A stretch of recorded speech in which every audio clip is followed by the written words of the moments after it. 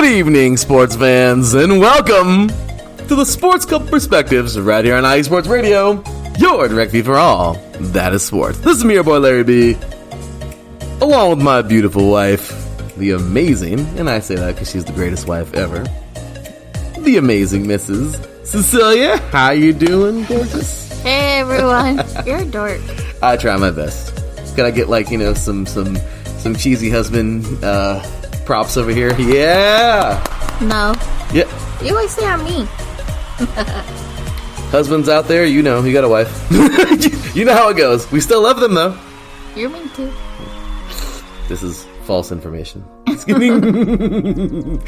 But as you know, ladies and gentlemen, this is us coming to you live on a beautiful Friday evening here in SoCal. Well, I'll tell you right now, we have ourselves quite the fun show tonight. A little bit of a shorter show, but oh man, it's gonna be fun. We definitely have ourselves a fun one here tonight because, well, on this day in history, my goodness, to think it's been 32 years now. 32 years ago. Hey, it's basically the same age as us. It's, yeah, basically. Yeah. So kind of crazy, right? Mm-hmm. All those years ago, well, guess what? There was a thing that took place on the ice called the St. Patrick's Day Massacre. And yeah, it was kind of crazy. Two teams went at it on the ice, and well, let's just say we've seen our share of brawls in the past before that, I'm sure, hockey fans, but this one, well, it was kind of a little bit over the edge. Tonight, we welcome special guest Adam Karnik of IE Sports Radio, host of Chi-Town Weekly and one half of the Neutral Zone here on IE Sports Radio, to talk about that crazy event. He's a Blackhawks fan, so I'm just saying, you know, it'd be fun talking to him about that. Yep, if it's right, perfect. Doesn't it? And then, of course, we got March Madness that just tipped off this week. Super excited for that. And, well, there's a show called Gotham that we've been watching that's actually pretty cool. I like it. I obviously like it. So we'll talk about that. You are listening to the Sports Club Perspectives right here on IE Sports Radio, your direct feed for all that is sports.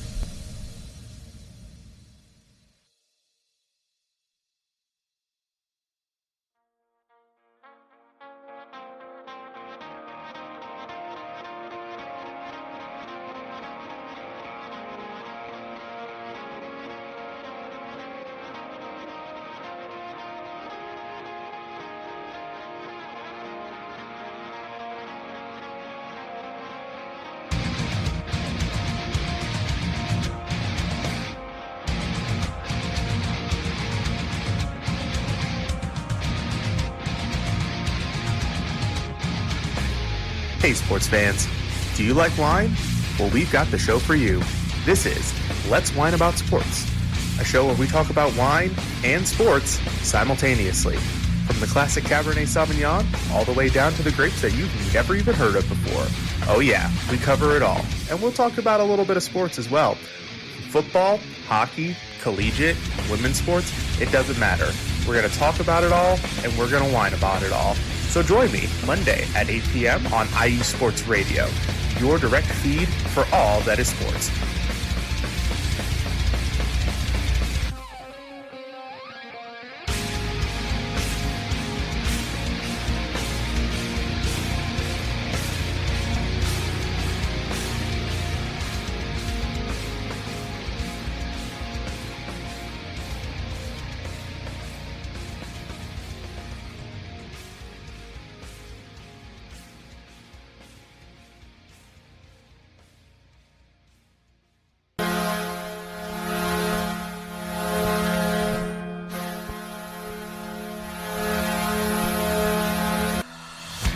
Hockey fans, I'm Adam Karnik.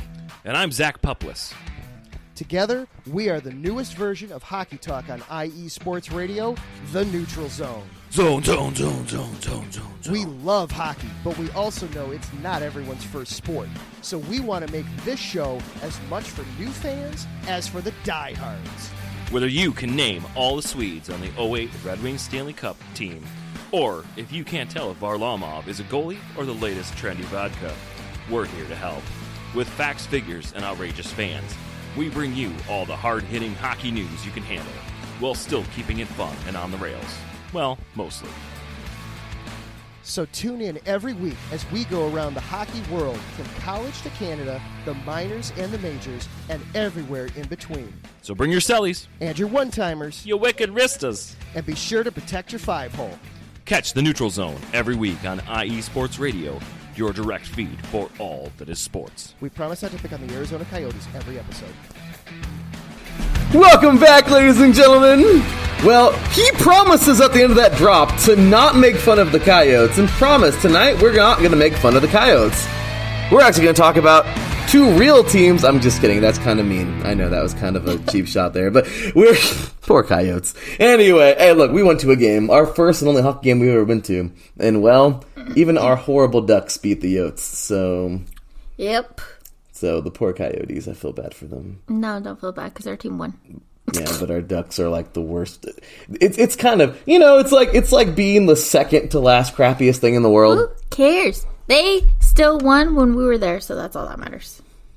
They played like crap and they barely won in overtime. Okay, just kidding. Hey, take the gosh darn win. I know, but I'm just saying. So anyway, with that said, ladies and gentlemen, he is of course the host of Shy Sam Weekly every Monday evening, and he is one half of the Neutral Zone along with Mr. Zachary Publis every Tuesday evening. Oh my goodness, I'm so glad to have this guy a part of our show because, well, let's just say he knows a thing or two about hockey, and the St. Patrick's Day Massacre couldn't have happened without his team in it. Ladies and gentlemen, he, of course, is die-hard hockey fan, overall die-hard Chicago fan, and, well, let's just say he means a lot to us here at IE Sports Radio. Ladies and gentlemen, one of the COOs of IE Sports Radio, Mr. Adam Karnik. What's going on, Adam? How you doing today, brother?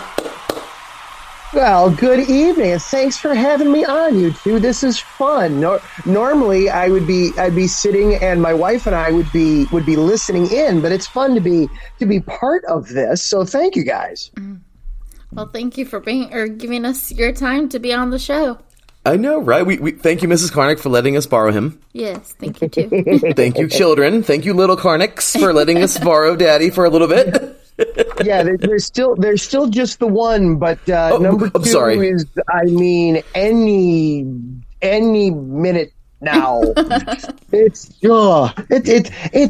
so much fun being this close to having a baby around again, because you just, every time something happens, is this it? Is this the moment where we drop everything and run? Oh, that is so cool. Well, I know for sure Mrs. Karnik is about ready for that child to make its entrance. I'm sure to make his entrance.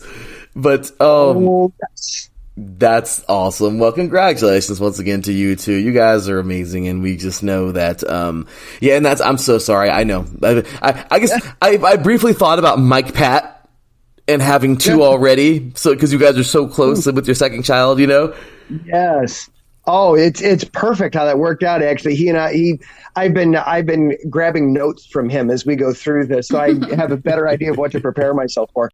And the funny thing, you already have one, and he already has one, but you know, there's something to be said for right now. You can do the 2-on-1 thing, and that very much will stop when there's a baby around. You can't do the 2-on-1 thing anymore. So, which is absolutely crazy, So, so with that said, Adam, we are so excited once again to have you back on here. I have you on here for the first time. I haven't had you on the air in a while, but I'm glad you're here with us now.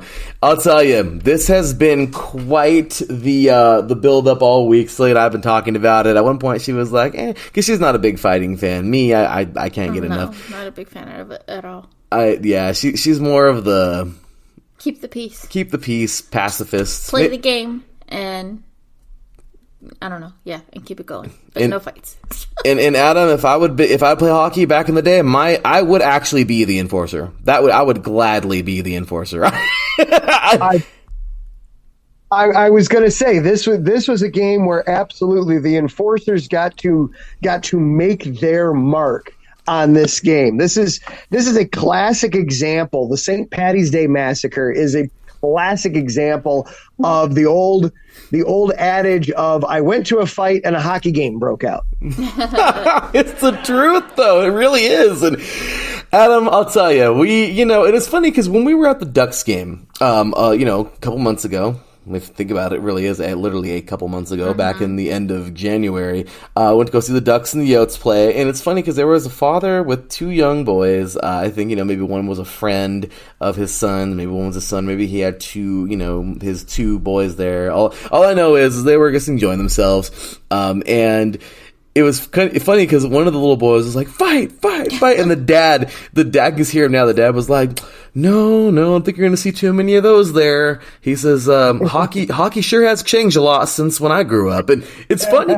It's funny because, like, I didn't really think of it because I didn't really know too much. It was always football with me. But it's funny because look back at it. Adam, no joke, man. I've looked back at older hockey games, man. There were fights all over the place. Nowadays, it's not really like that. Why do you think that is? Oh, well, the easiest way. So the enforcer, to give a quick background for anybody who's listening, going, enforcer, what the heck are they talking about? There used to be a role on hockey teams called the enforcer. Effectively, he was the bodyguard, and it was if something would happen to a star player, he would hop over the boards. The next time out on the ice, his line would go out there, and he would go up to whomever it was that had taken the shot at the team star and basically, hey, if you're going to take a shot at somebody, it's going to be me. You want to do this? Let's go. Let's throw down. Let's do this. They could skate. They could score. Yes, but primarily their job was to protect the superstars. And you'd have at least one on every team, if not two or three. And so you'd know that, okay, whatever line the enforcer was on really wasn't going to be a scoring line. It was going to be a hard-hitting, punishing, the proper term, and I use that in air quotes, proper term in hockey would be the checking line. Anymore now, over the last 10, 15 years, and the Blackhawks kind of helped bring this into vogue at the beginning of their dynasty when Taves and Kane and Keith started coming in, they started to be able to have legitimate puck handlers and scorers on all four of their lines. And so when teams would roll out their checking line or their enforcing line, they would be at a severe disadvantage because the speed and skill of even the third and fourth line players on the ice was so good that they could still score. And so if you were throwing these more brutes out there as opposed to more, hey, we can be physical, but we could still play hockey and still score guys out there, you were at a disadvantage. So anymore, the teams started having more skill players on all of their lines, and also the game itself changed too. You had the league wanted to put less of an emphasis on the fighting, wanted to have less of an emphasis on those kinds of things. The hitting is still fine, but they didn't want to have the massive bloody brawls like we saw in the 90s and even in some of the early 2000s in there. They wanted to have it be more settled by the play on the ice. And when you have, fourth liners that can go out there and still put up, 7, 8, 10, 12 goals a season, suddenly, hey, the enforcer almost becomes a liability. So that's how, kind of in a nutshell, how it changed. That was interesting. Why can't football have an enforcer, Adam? I mean, I would be the enforcer in football immediately. I'm just that guy. Like, that's it. Like, I'm coming to blast you. Like, oh my gosh. I'm sorry, Adam. So did the enforcer... if you ask Philly fans, I mean, that's what the job of a Philly fan is, I think, is to jump out on there and start whooping on people. Or Brian Urlacher, I think, was very, very famously quoted one time, football is the only sport where you're allowed to kill a guy and it's legal. If I tried doing this in the street, I'd get thrown in jail. Oh, yeah. So did enforcers actually play, or were they just there to fight for the person that they try to hurt? They would play. The enforcers were typically part of either the third or fourth line, and they would play. You'd get, if your top two lines are getting 15 minutes of ice, 15 to 17 minutes of ice a night, your third or fourth line are getting 8, 10, maybe 12 minutes. So they'd be out there, but they'd only be out there for maybe a handful of shifts a game, as opposed to being routinely out there. They'd be out there. Maybe you'd even have them out there in a penalty kill situation, somebody to just try to help disrupt things, but they wouldn't be out there a ton. So really quick for our fans out there who are like, what's a line in hockey? Really, really quick, Adam, if you want to, school me up real quick. But yes, lines, ladies and gentlemen out there, are basically like your substitutions, but like a batting order type of substitution, if you will. But yeah, Adam, really quick for our listeners out there who don't know what a line is. Sure. Yeah. Well, we'll back it up even further. What's a line? A line in hockey are the three offensive players. You'll have three forwards: a centerman, a left wing, and a right wing. So they're primarily the players that you think of that are scoring, and they will rotate in and out throughout the game. If you've not watched a hockey game, first of all, watch a hockey game. Second of all, one of the most jarring things that people will notice when they start watching a hockey game is the substitutions happen live while the puck is in play. A perfect example is, think of in a basketball game, say you needed to sub out Steph Curry for a minute, but rather than having to wait for a dead ball, Steph Curry could just jump onto the bench and his replacement could just jump onto his spot in the 3-point line right there while the ball is still in play. That's what happens in hockey. And they'll have a team will typically have 4 lines of forwards, so 12 forwards broken into 4 different groups that they then rotate throughout the game. Which is incredible because it's moving substitutions. Usually in all sports, you got to wait for something to happen, a timeout. No, hockey, we're moving. Or when they're switching plays or something like that. Yeah, they don't wait. Hockey, you switch as you go. And I didn't notice that when we went to go see the game. I'll have to definitely pay attention to that when we go watch another Ducks game. Well, I got to tell you this, Adam.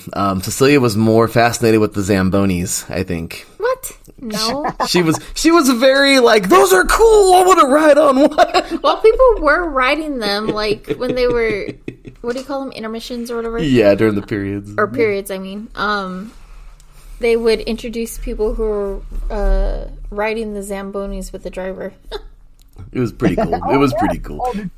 The Zambonis are super cool. I very much understand why that would be entertaining. They are fun to watch. They really are. So, real quick, Adam, we know you don't got a whole bunch of time tonight, brother, but we thank you for being here, man. And we just want to say, this game was crazy. We watched a YouTube video. I watched one at lunch a couple days ago at work, and it was such a cool video about this incident that took place. And it was by a user by the name on YouTube, by the way, of Secret Base. It's Secret and then Base with the Base.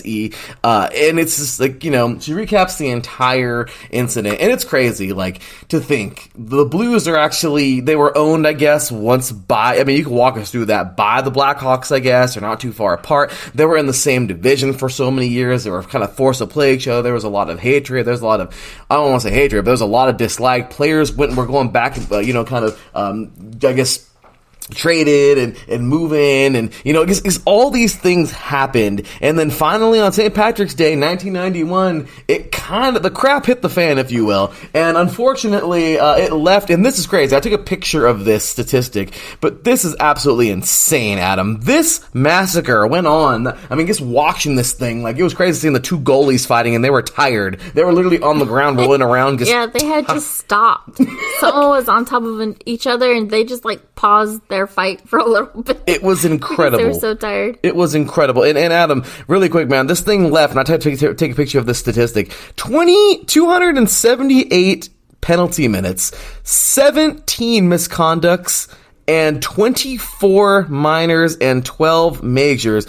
I mean, ejections, I'm guessing, is what those are, like 12. That's incredible. Even the announcers were like, there's not going to be no hockey players left after this incident. I mean, Adam, walk us through that from your... I know we were all very little kids when this happened, but from your best knowledge, your best understanding, especially your Blackhawks, I mean, walk us through that night to the best of your ability and talk about, like, how that happened and then what happened afterwards, the aftermath, maybe even to add into why hockey is not what it used to be with the enforcers and everything. So the floor is yours, sir.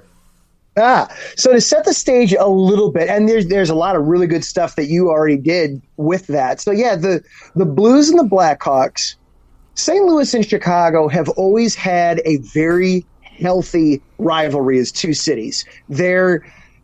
You can't quite do, it's not quite a day trip to go from one to the other. It's about a 5 or 6 hour drive, but certainly you can easily drive there and turn it into a weekend.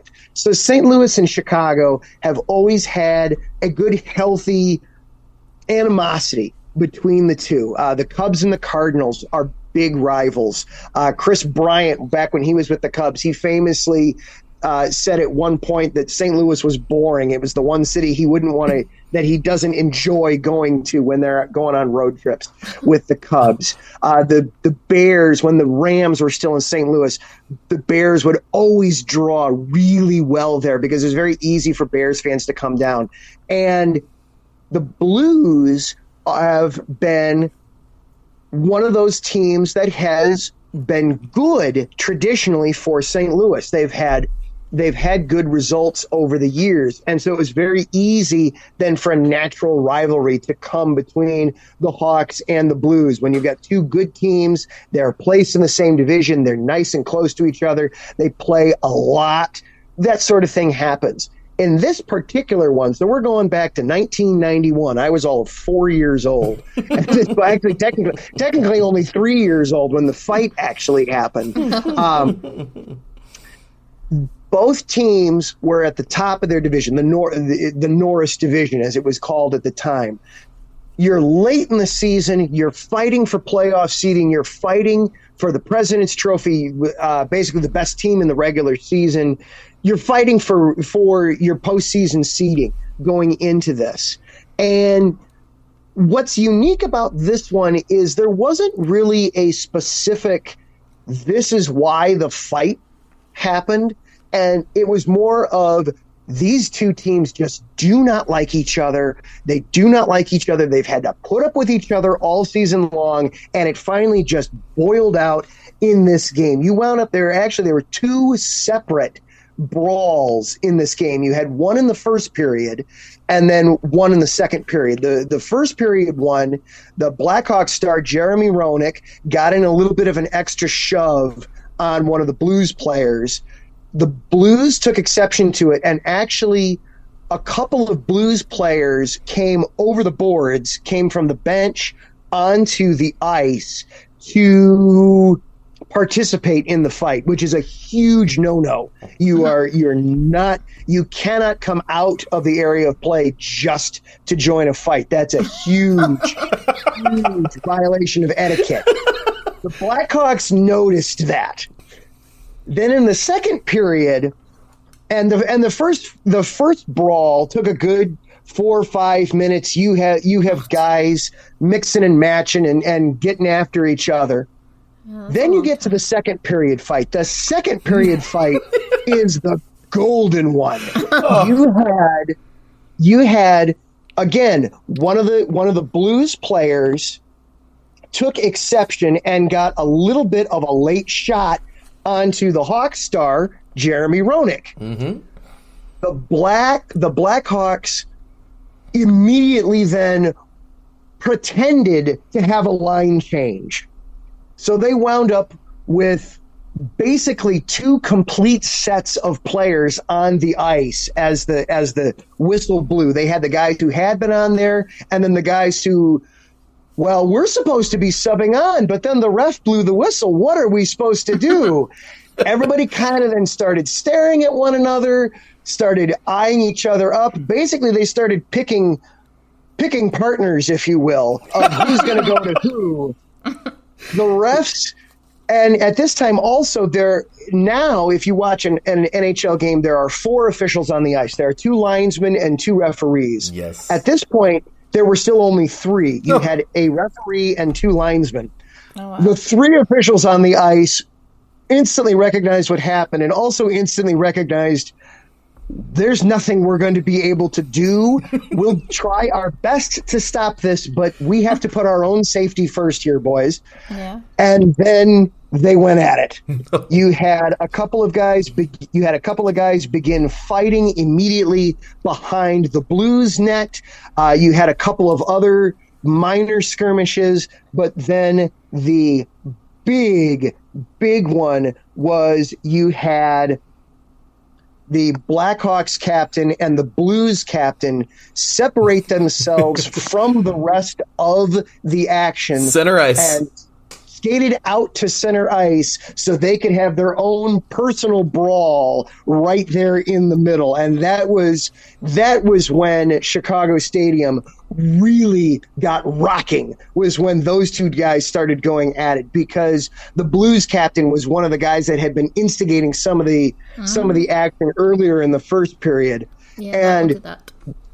And the old Chicago Stadium, that stadium no longer exists. It was torn down about 3 years after this. That stadium was one where the crowd was almost literally on top of the players, and the noise they could generate, that the crowd could create.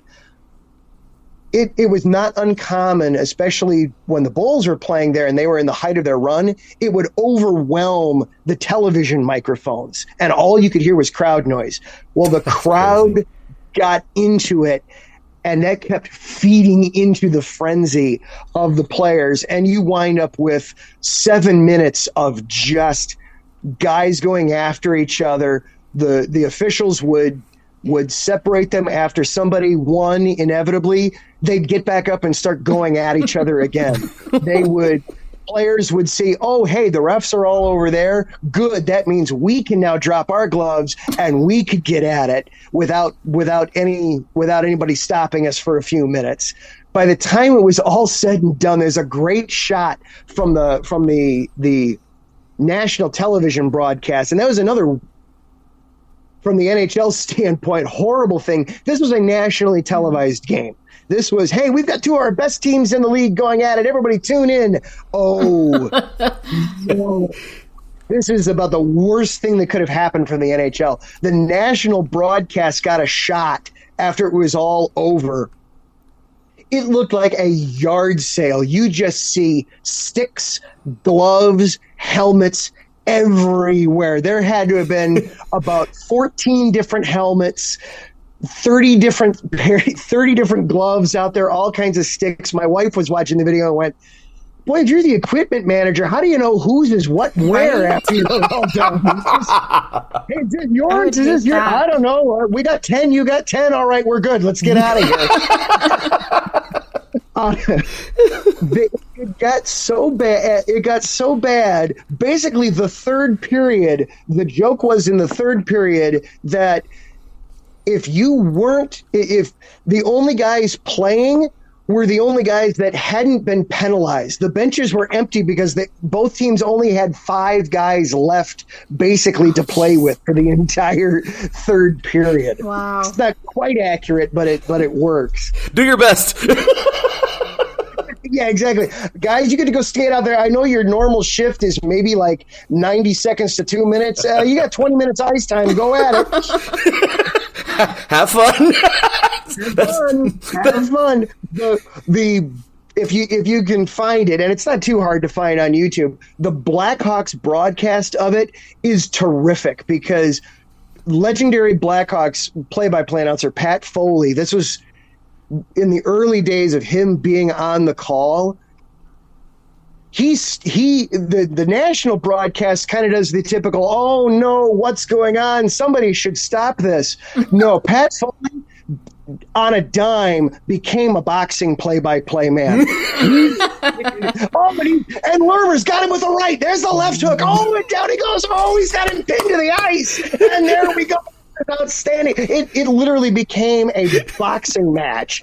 And the Blackhawks announcers went right with it. They just fed off the energy and called a boxing match for 7 or 8 minutes on it. It was fantastic. It's like it changed into a whole different sport at that moment.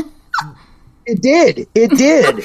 And each brawl in and of itself it's not necessarily, oh man, that's one of the greatest hockey fights ever, each individual one, but the fact that there were 2 massive brawls in the same game is part of what just lends itself to the mystique and the legend of St. Patty's Day in Chicago. Adam, that was incredible. I just think it's just so crazy. It is true. I was watching. I think we heard some of it. I don't know if it was Foley. I don't know if it was a national broadcast, but I did hear somebody say about the Blues captain after he got up and his eye was all jacked up. He was like, "Good, that's what he deserves. Yeah. He's been instigating all game long." Yes, that's the Blackhawks crew right there. That's the Blackhawks color man in there. He's been the cause of all this trouble all night long. Good, get him out of here. Adam, I'm sorry.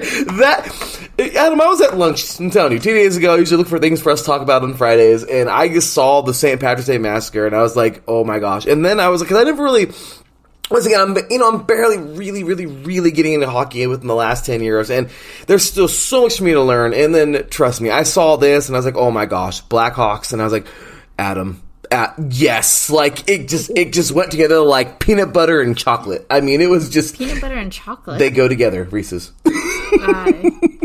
But Adam, really, that was insane. I showed on the video. We watched one of the videos right now.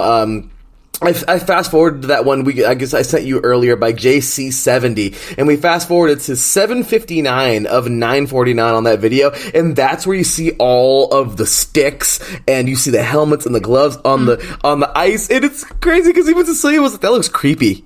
Yeah, like, I mean, it's just a shot. You don't really see any of, like, the fans or the coaches or anything like that. I mean, oh, never mind. You see some, like, of the team players or something like that.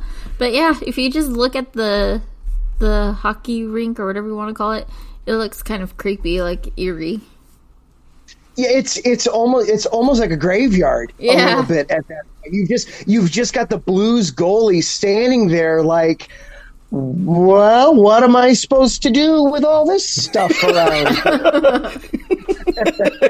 I guess maybe I should block this puck on the ground. I guess. Now, there are certainly more epic fights in and of. I mean, if you want to go down the rabbit hole of fights, you need to look up the Colorado Avalanche and the Detroit Red Wings.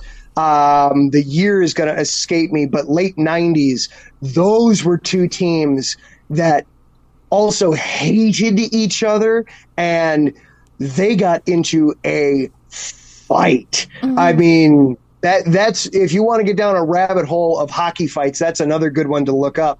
The St. Patty's Day, again, each brawl in and of itself is somewhat, well, it's a good hockey fight, but I don't know if it's a top 10. But what makes it so special is you got 2 of these in the same game. And there wasn't that, oh man, there's the reason why this happened. It was just more of these 2 teams absolutely hate each other. And they finally just had enough. Mm-hmm. And that's exactly what happened. It's kind of funny, right after that hockey fight on YouTube, because YouTube will take you down that rabbit hole. I happened to look down and I glanced at this video called, and I just looked it up right now, Bench Clearing Brawl in Toronto, December 7th, 1963. And wouldn't you, and uploaded by Mike Matthews on YouTube, if you guys want to take a look at it, wouldn't you know it, it involves the Toronto Maple Leafs and, well, as John Felipe, the host of Carolina Cast, would say here on IA Sports Radio, well, it also involves the Chicago Blackhawks, Adam. So I'm just saying. There's something about that team then. Some of that in defense of my Blackhawks, and also to be fair to the audience, I am still somewhat a recovering Blackhawks fan, but we don't need to get into all those sordid details. In defense, until right around that time in the early 60s, they're basically the NHL as a whole was incredibly small, only had about 8 to, you had the original 6, of which Toronto and Chicago are both members, and you didn't have much more than that. You had basically the same 6 teams. They still played an 82-game season, though. Can you imagine the amount of animosity and just, I'm sick and tired of seeing these guys when you get to about game 70 and it's your 16th time of playing this team in a single season? So, yeah, you wind up with some doozies there in that era just because they saw each other so frequently. And familiarity breeds contempt in sports, as we all know. That's why we love rivalries. It's so true. And Adam, I'm telling you right now, man, that is so freaking true. Like, oh my gosh. I can't even imagine how it would be to play those same. I mean, that's like the Canadian Football League. There's only like 8 teams, or like the CFL or the XFL or the USFL. It's just crazy. So, I mean, yeah, that's absolutely insane to think of. But oh my gosh, Adam, I know we've kept you way longer than you probably you don't want to stay tonight. I know you said you got things to take care of course, the family, so we're not going to keep you any longer. But Adam, we just want to say thank you so much, man. You were awesome tonight. You certainly delivered. And man, I mean, if you didn't know about hockey brawls, I mean, now you know. Mm-hmm. now you know. And the cherry on top for the St. Paddy's Day Massacre, the Blackhawks won 6-4. Yay! with 5 guys that were probably just called up that night from the minor league. They all got in their workouts too. Hey guys, in the second during the second intermission, we're gonna need some guys from where? From the farm. Call them. Find me some players quickly. Anybody? You look good. Take it out. There you go.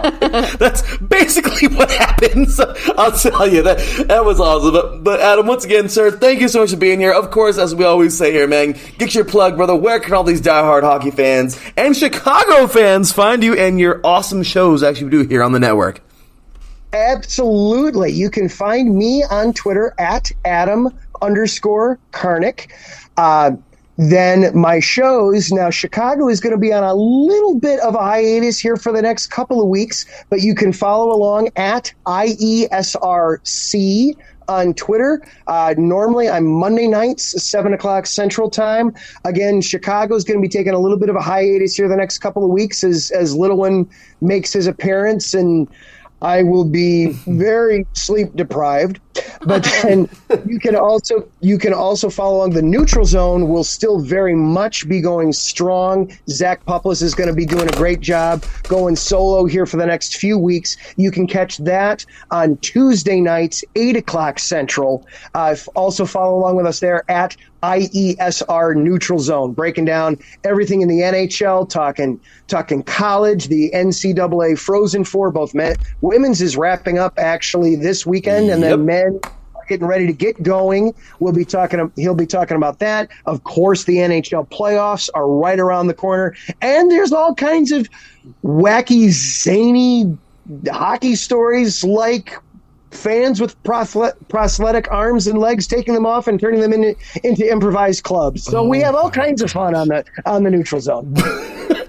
I mean, people who don't have limbs is unfortunate, but man, hearing that's wow. Okay, well, there you have it, ladies and gentlemen. Hockey story that has happened. Zach brought that to one of our very first episodes. It was an interesting story.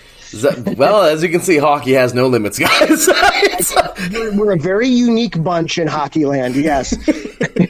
Well, I'll tell you, it has been amazing. Thank you so much for being here tonight, Adam. We appreciate your time, brother. And, hey, man, congratulations on the baby. We look forward to hearing all about him coming up, and we definitely look forward to having you back when you're ready to make your return, man. So thanks again. Cecilia and I both definitely appreciate you, brother. Take care. Have a great night. Much. Thank you very much, and we will talk to you very soon back on the show, man. All right. Have a great show, you two. Thank you, sir. Have a good one. All right. All right, ladies and gentlemen, that was Mr. Adam Karnik. My goodness, what a guy. That was incredible. Really, really happy we had him on tonight's show.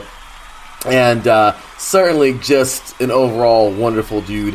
When we get back, well, we only got about a few minutes. We're going to briefly break into March Madness and then, well, give our exit. Maybe talk a little Gotham, I guess, before we get out of here tonight. But you are listening to the Sports Cult Perspectives right here on IE Sports Radio, your direct feed for all that is sports. We'll be right back after this.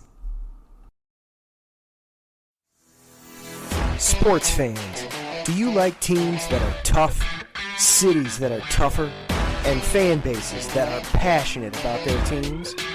How about teams that are historic and stadiums that are iconic? Then you belong in Chicago, and you need to check out Chi-Town Weekly. Join me, Adam Karnik, every week as we keep up with all things Chicago sports. Bears, Bulls, Blackhawks, Cubs, White Sox. We'll cover them all, plus more. The Windy City is always buzzing, and we'll keep you up on all the big games and major stories. So tune in to Chi-Town Weekly every week right here on IE Sports Radio, your direct feed for all that is sports.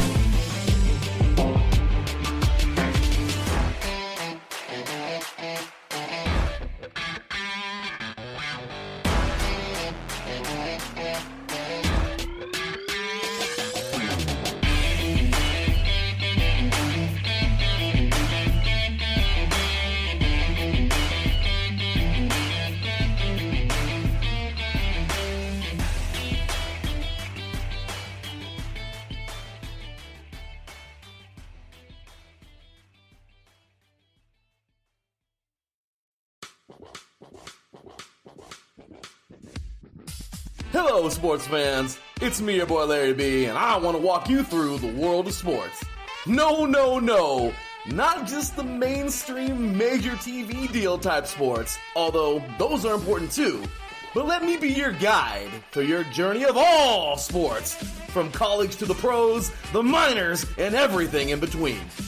Each week, we are talking sports galore with true diehards just like you from a hardcore fan's perspective that's sure to quench your thirst around leagues you may know all too well and some you may even discover here. That's right, sports fans. If you love sports of all kinds, enjoy hearing amazing sports stories, and respect all sports because you know how difficult any of them can be to play or compete in, then this is your show. Join me, your boy Larry B, on the defining moment each week here on IE Sports Radio, your direct feed for all that is sports, and let the sports come to you.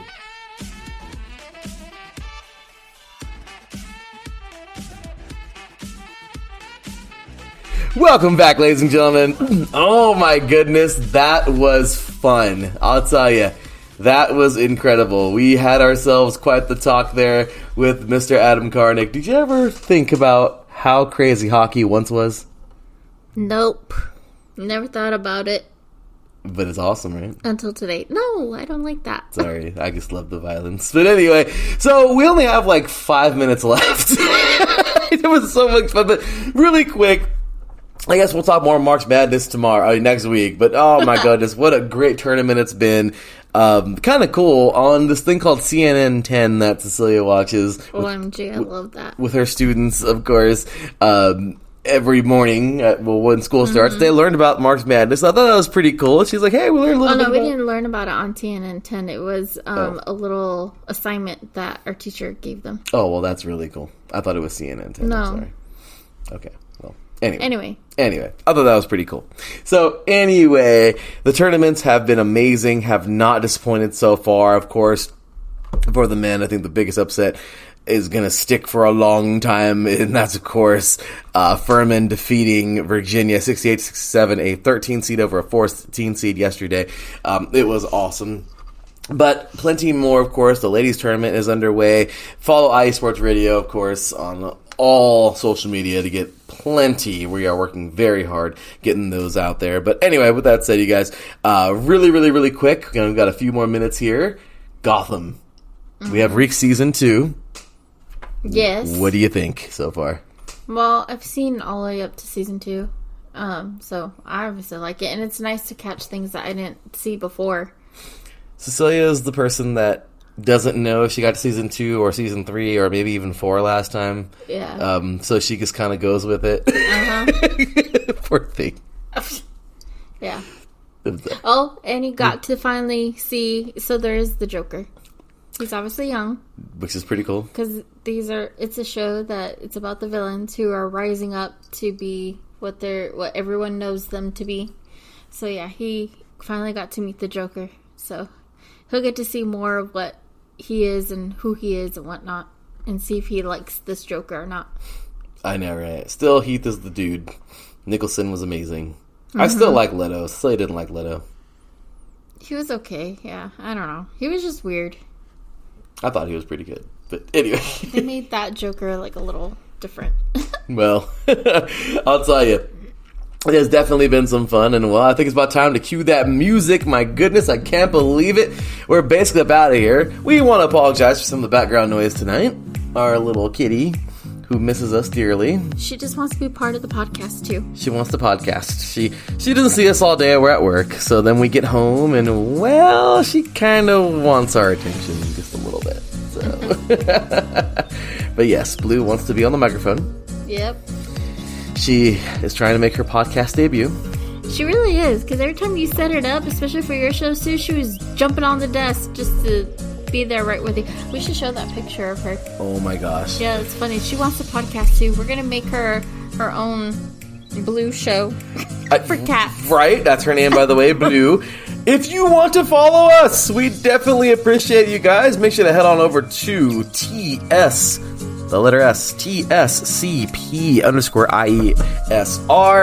I know we don't tweet a whole bunch, but we're getting better. I know I should get better. I will. Yeah, we're definitely going to get more on there. And, well, we just thank you guys so much for tuning in. This show is so much fun. We didn't even know if we were going to have a show this week just because how hectic things have been for us. March is the only month where we're actually like full pedal to the metal, no holidays, no breaks, no nothing at school. So we really, really dig deep in March. And, well, let's just say it was a challenge getting together this week, or getting the show together this week, but we did it. Mm-hmm. And we're happy. We had a topic. Wasn't Cecilia's favorite, but kind of a cool topic. And everybody, keep the peace.